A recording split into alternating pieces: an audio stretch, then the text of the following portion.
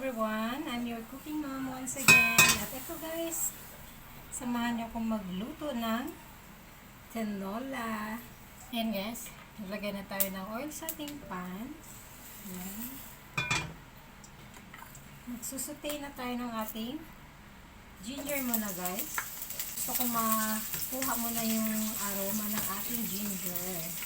So ayan guys, nag-little brown ang ating ginger at nakuha ko na yung aroma na guys, ang bango. Next naman na yung ating garlic, onion, at ang ating chicken with ano na to guys, with salt and pepper. Ayan.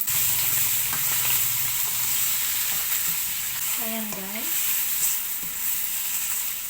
haluin lang.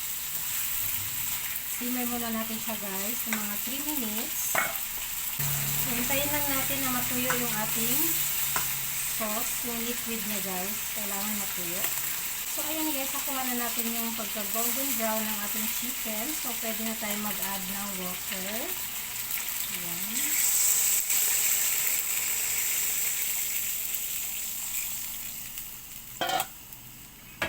And takpan. Simmer natin ng mga 5 minutes.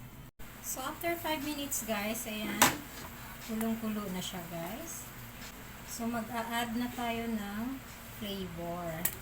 Maglagay tayo ng konting salt, fish sauce, patis, black pepper, chicken powder, magic sarap, takpan, simmer natin ng another 5 minutes. So, ito na, guys, after 5 minutes, lalagay na natin ang ating vegetable, yung ating sayote. Takpan ulit. Simmer natin ng 3 minutes. Mag-add pala tayo ng buong paminta guys. Kalimutan ko. Habol na lang natin. So, after 3 minutes, ayan na guys, lalagay na natin ang ating chili leaves. Ayan.